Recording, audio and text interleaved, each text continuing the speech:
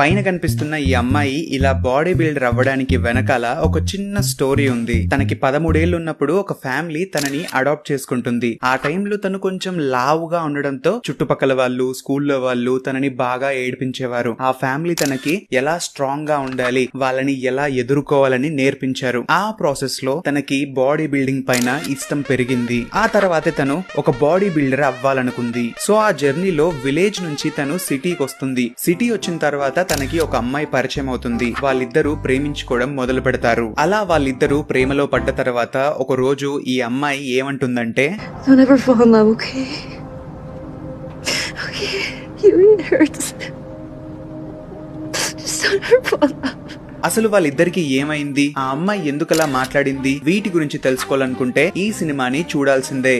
Cinema పేరు love లైస్ leading. ఇదొక మంచి క్రైమ్ రొమాన్స్ థ్రిల్లర్. ఈ సినిమా చాలా ఎంగేజింగ్ గా ఉంది.